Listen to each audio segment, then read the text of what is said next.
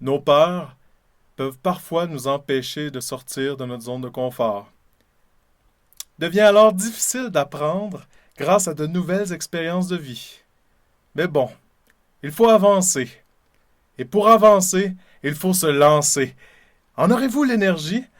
D'ailleurs, le concept d'énergie nous permet aussi d'expliquer des phénomènes physiques qui nous entourent, cela en faisant des liens entre ces différentes formes. Ici, en sautant, la personne possède à la fois de l'énergie cinétique, mais parfois aussi de l'énergie potentielle gravitationnelle. Tout ça en oscillant comme dans un mouvement harmonique simple.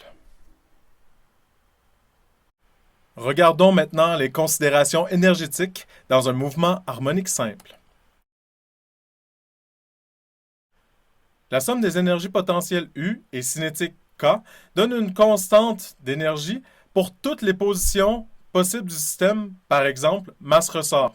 Donc, dans un cas ici, il va y avoir l'énergie cinétique, rappelons-nous de 1 demi mv carré, et dans un cas de l'énergie potentielle, rappelons-nous de 1 demi kx carré pour ce qui est d'un ressort. Maintenant, l'énergie mécanique, qui est constante, va être l'addition des deux formes d'énergie, énergie cinétique et énergie potentielle. Donc, la somme de cette énergie mécanique va nous donner, si jamais on prend par exemple la situation où il n'y a aucune vitesse, donc V égale 0, nous allons trouver que la position est égale à l'amplitude et donc l'énergie totale du système pourrait être attribuée à 1 demi Ka carré, A étant l'amplitude du système. Voici donc à quoi ça peut ressembler. Donc l'oscillation se fait et en tout point, l'énergie se conserve pour toutes les positions, mais c'est aussi vrai pour tous les temps.